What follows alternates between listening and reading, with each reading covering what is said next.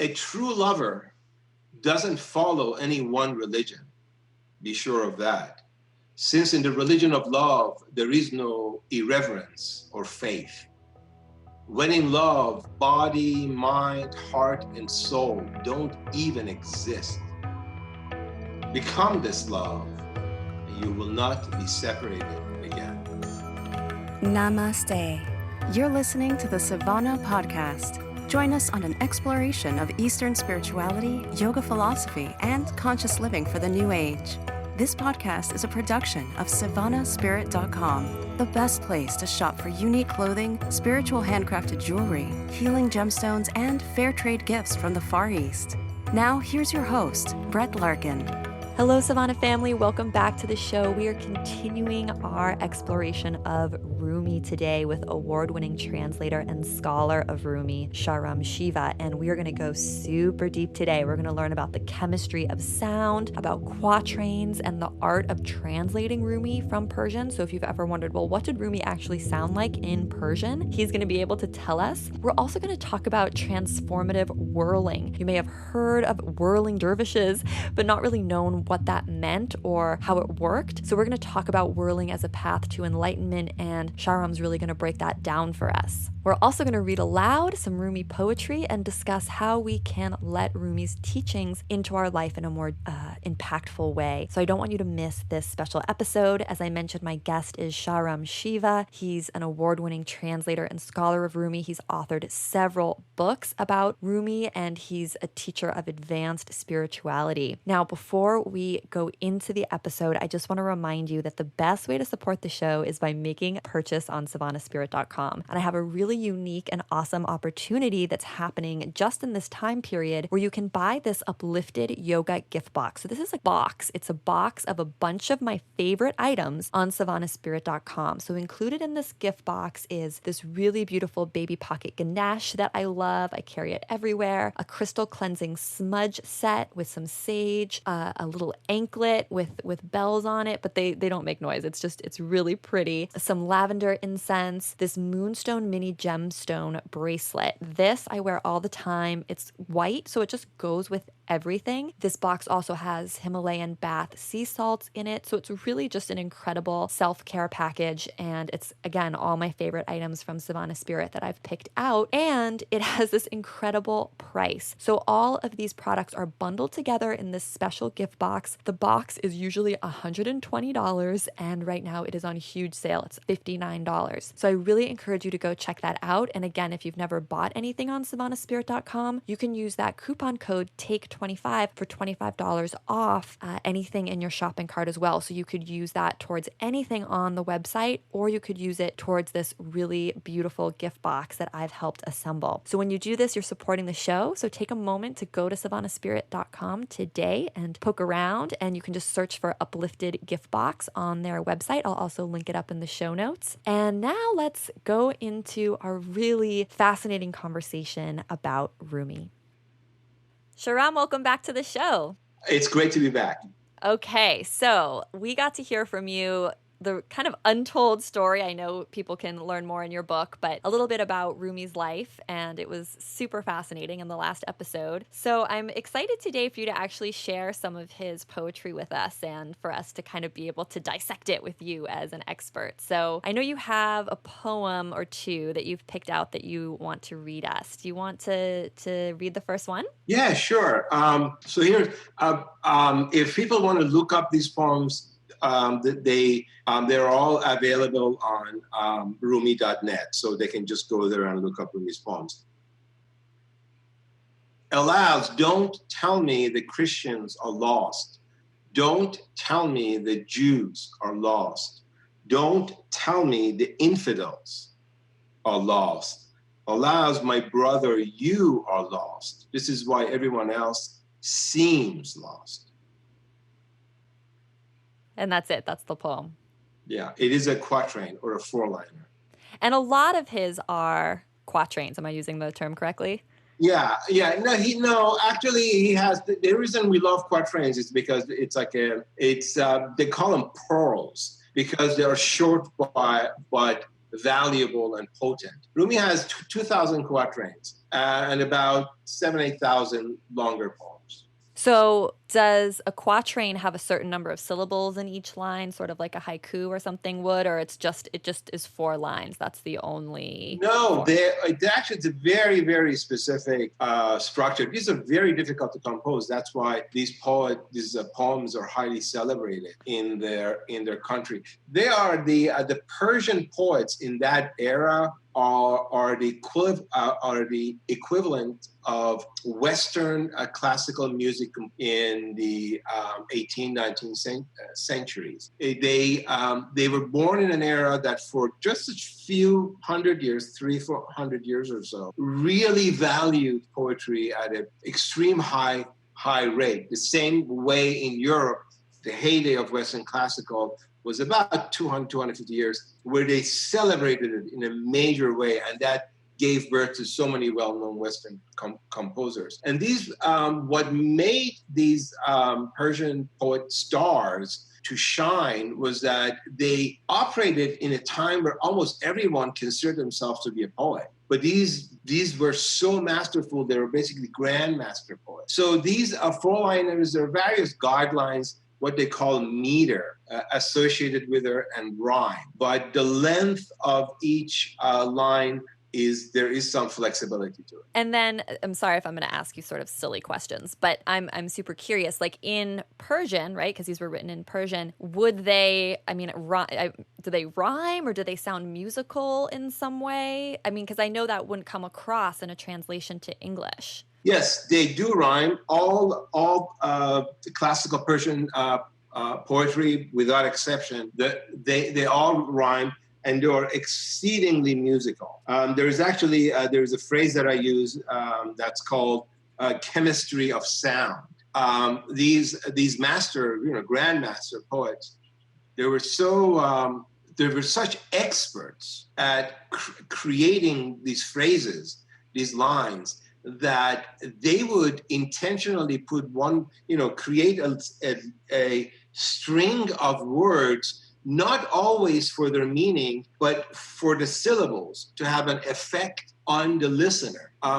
You need to also remember one very crucial point that's often not considered, and that is that if you go back to that era, 800 years ago, 90% were illiterate. So how do you become such a superstar in a culture that they can't really read except for the clerics and the elite, right?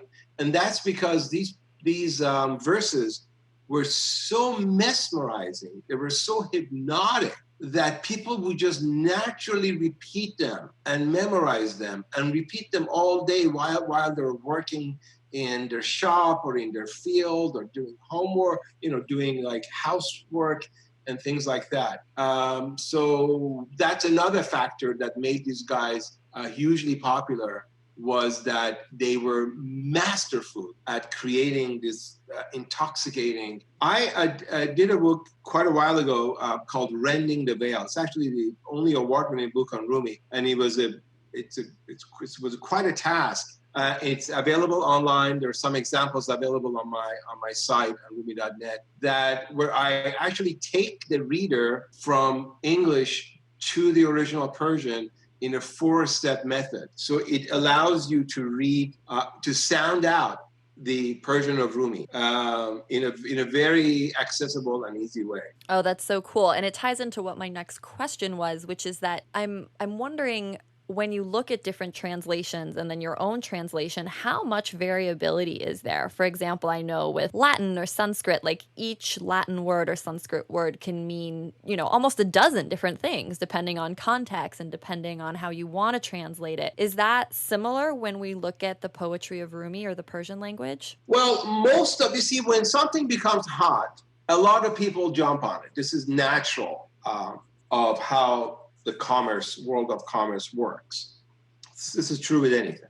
So because Rumi, for a while was a hot commodity in the publishing world, there were a lot of books that came out on Rumi, but only there's only so much translations that out there because people who are putting books on Rumi don't really have access to the actual original. So what was happening and what is still happening is that people just do renditions and interpretations of renditions. But what's amazing about Rumi is that he comes through even in rendition of renditions because his message is so, fascinating and so heartfelt and so potent and so real that even is something that's 10th generation removed from the original Persian, or somebody takes my work or the Rending the Veil, which is meant to be a tool for other translators, and just wants to depart from Rending the Veil, that Rumi still comes through. Almost all books on Rumi, almost, because it's 99% plus, are all just people just rewriting whatever is out there, put a collection together. That's so interesting. I'm so glad you're sharing all of this. Tell us another one of your poems that is a favorite of yours. Let's read another one. A true lover doesn't follow any one religion. Be sure of that. Since in the religion of love, there is no irreverence or faith. When in love, body, mind, heart, and soul don't even exist. Become this love, and you will not be separated again. Wow. So powerful. Tell us a little bit about Rumi's love life, because he was married. Am I correct? Yes, he married twice, and his first wife died when she was young, but they had three, I think, at least three sons. And then he married a second time, and his second wife had a child with another, she was a widower, and she had a very young daughter who becomes an aspect of Rumi's Untold story. Her name was Kimia, which means alchemy. And were any of the poems about his wives? No, they're more just about love. I don't want to say in general, because that doesn't sound powerful, but yeah, the way things work in Middle East that time, and even in hyper conservative families and very religious families, is that a marriage is a duty. It's never meant to be about anything but following social norms, religious guidelines, and what have you. And it's very much at that time, many cultures, not just in the Middle East, certainly in the U.S., in early, even the first 100 years of the U.S., really where men would just hang out with men and women would just hang out with women. So a lot of that was going on at that time and still today in Middle East, where it was just basically a men's club. Men, if they had wives and kids, it didn't matter. They hung out together. It's like just think of a Western movie. Think of a Western movie. Men are the ones who are hanging out and doing work and, whatever, and the women are, occupying traditional roles, and when women have meetings amongst themselves and men amongst themselves. So this thing between men and women was there was like a very distinct line separating it. So Rumi's love, there are two facets to it. One is directed very much openly to his mentor, Shams, and the other is a topic that needs, if we want to get into it, is a broader term of why mystics are so, they dedicate so much of their work about love. Why is love such an important aspect of classic mysticism? Where does the whirling fit in? That's my next question. Because I know Shams was a whirling dervish, right? Is that something that Rumi also played with or experimented with? Or can you also explain for the listeners like what a whirling dervish is and what that looks like and how it works and it ties in with religion? Yeah. Shams wasn't a whirling dervish. He was of a different class. He was a class of, in the West, they're known as wayfarers. That's a term. It's an old term, but you can look it up.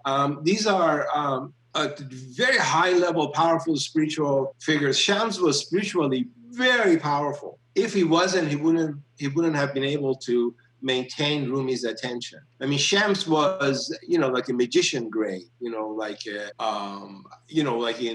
ancient stories where kings have magicians who can make things appear and disappear and whatever, like really powerful spiritual figures. Shams was of that grade.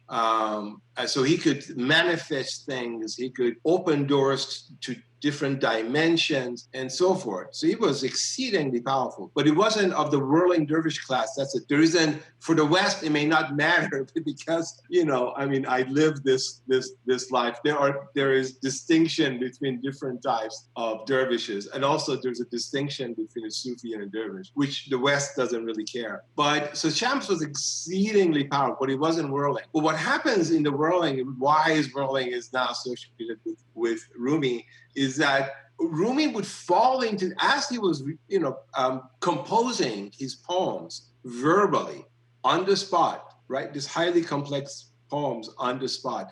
This is like very much similar to Mozart, where people looked at Mozart notations. There were no corrections. There were no errors. There were nothing was needed to be fixed even by him as he was writing, because he heard the entire symphonies or sonatas or whatever the case may be of so many things he did. He heard the entire thing, and then all he had to do was just to put them down on paper. So Rumi was the same way. He heard everything and he spoke everything. And there were people around him who would write down, talked about. And as Rumi was expressing himself, he would be pacing, he would be walking, and eventually he got to a point where he's whirling. So Rumi just became this whirling poet, but not whirling in a way that people associate with, for example, with the well-known Turkish whirling dervishes, who are actually a government institution. Rumi was very much free-form. That's how I teach it. Devise a method where I can teach whirling to groups in an instant, basically, a long time ago. So he did free-form whirling, meaning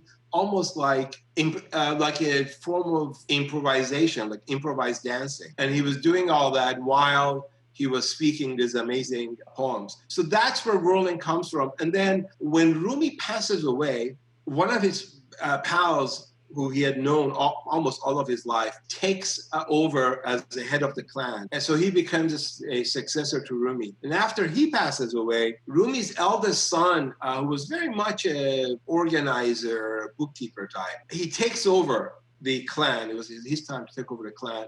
And what he does, as a way to honor his father and his father's legacy, he actually forms a whirling society, like a whirling sect, and he calls it the whirling order of Rumi, or whirling order of Molavi, which was one of his other names. In Turkish, they call it Mevlevi. And that order actually exists today. So all the 100 years later, these Turkish whirling dervishes originate from Rumi's son, who several years after Rumi's passing decides to put together this kind of a school, was like a spiritual whirling school. And he also composes a very rigid, structured whirling performance, which is still performed today without any alteration, where presses the master, the group in the center. So the master, supposed to represent Rumi, it also concurrently represents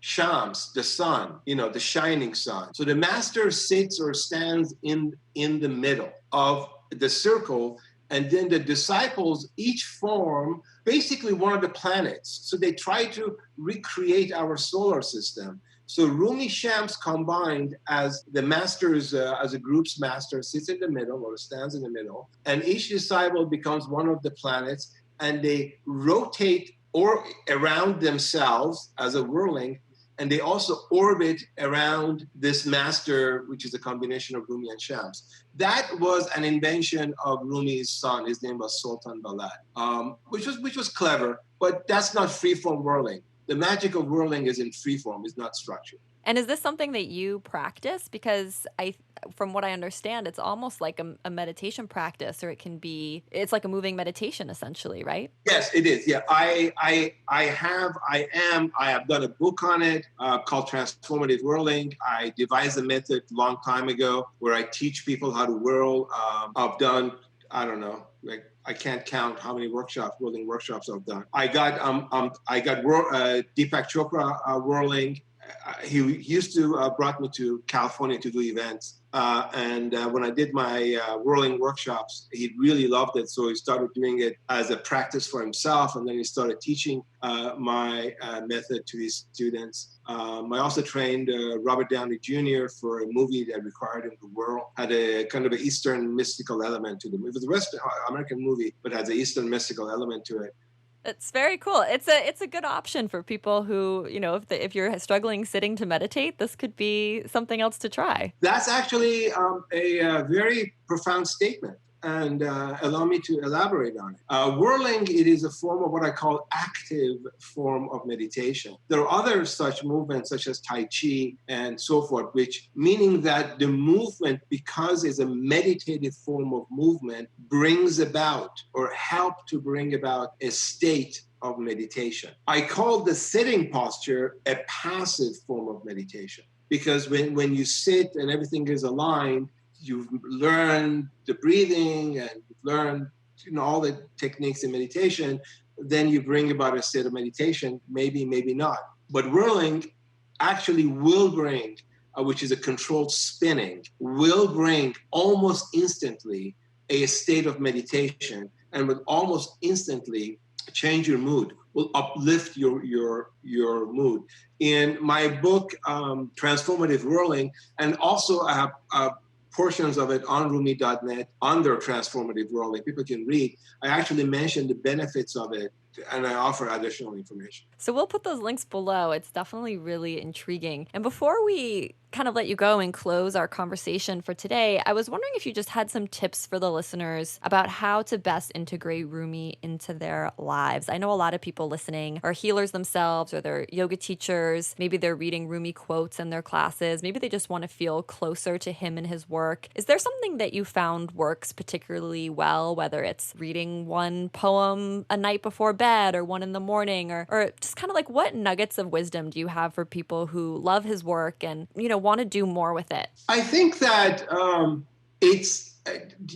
you certainly could do many things that you just mentioned, meaning having creating a kind of a ritual of reading Rumi poems and so forth. But I think really what is even more potent than that when it comes to Rumi is that, in a sense, allow Rumi to inspire your own spiritual growth. I think that is even more powerful, because here's a person, one might say he sacrificed everything. Here's a person who was so well respected as a scholar. He was, the number one citizen of the region, and he basically threw all that away, his love and admiration and respect, not just for his mentor Shams, but for his own personal spiritual growth. And that sacrifice paid off massively. He's like one of our major classical creators. He's right up there, as I mentioned, with Dante and everybody else. I already mentioned a few names. So I think that is the real message: is your self evolution, your soul evolution, your personal growth should be paramount. And once you learn to have that kind of a clarity of intention, then everything else will, fall into place for you. I love that. That's some really good, profound thinking to leave us with. I've so enjoyed our conversation, and I want to make sure listeners know how to stay in touch and get connected to you and your work. So can you just sort of give them a run through of the books you've written that you think would be good to maybe start with if they're new to Rumi, what to look at if they're already really familiar and want to go deeper, and just sort of how to connect with you online? Yeah, thanks for that question. Well, I have several books. If they want to start with Rumi, I recommend either reading my Rumi Thief of Sleep, because Rumi always talks about how his passion and all the love and everything else is keeping him awake at night. So he considered this enraptured and impassioned by universal love as something that takes his sleep away. So he's kept up all night. So we will be Rumi Thief of Sleep. The other one would be Hush, Don't Say Anything to God, Passionate Poems of Rumi. Hush is a little bit more serious. Rumi Thief of Sleep is a little bit more accessible. And then if they want to read about Rumi, especially his Untold story, then my book, Rumi's Untold Story. And if they really want to get into the Persian, then there is Rending the Veil, literal and poetic translations of Rumi. Wonderful. And I will put your website, your personal website, and Rumi.net below in the show notes so folks can find and connect with you. Listeners, let me know what you thought of this week's Rumi theme. I'm really curious to hear from you. Remember, you can find me and connect with me and give me feedback about the show through Instagram's the best way. So you can find me at Larkin Yoga TV. And when you're there, you also want to make sure to follow and tag Savannah Spirit, who makes the show possible. I am really curious and hoping that you're going to read some Rumi poetry over the next couple days. Let me know if you do. I can't wait to connect with you in next week's episode, and I'm sending you a lot of love from my heart to yours. Namaste. You've been listening to the Savannah Podcast. To find out more about Savannah, go to savannahspirit.com or follow Savannah on Facebook at facebook.com/Savannah Spirit. For daily inspiration, check out our blog at savannaeast.com. Be sure to join us next week for a new episode, and thank you for listening to the Savannah Podcast.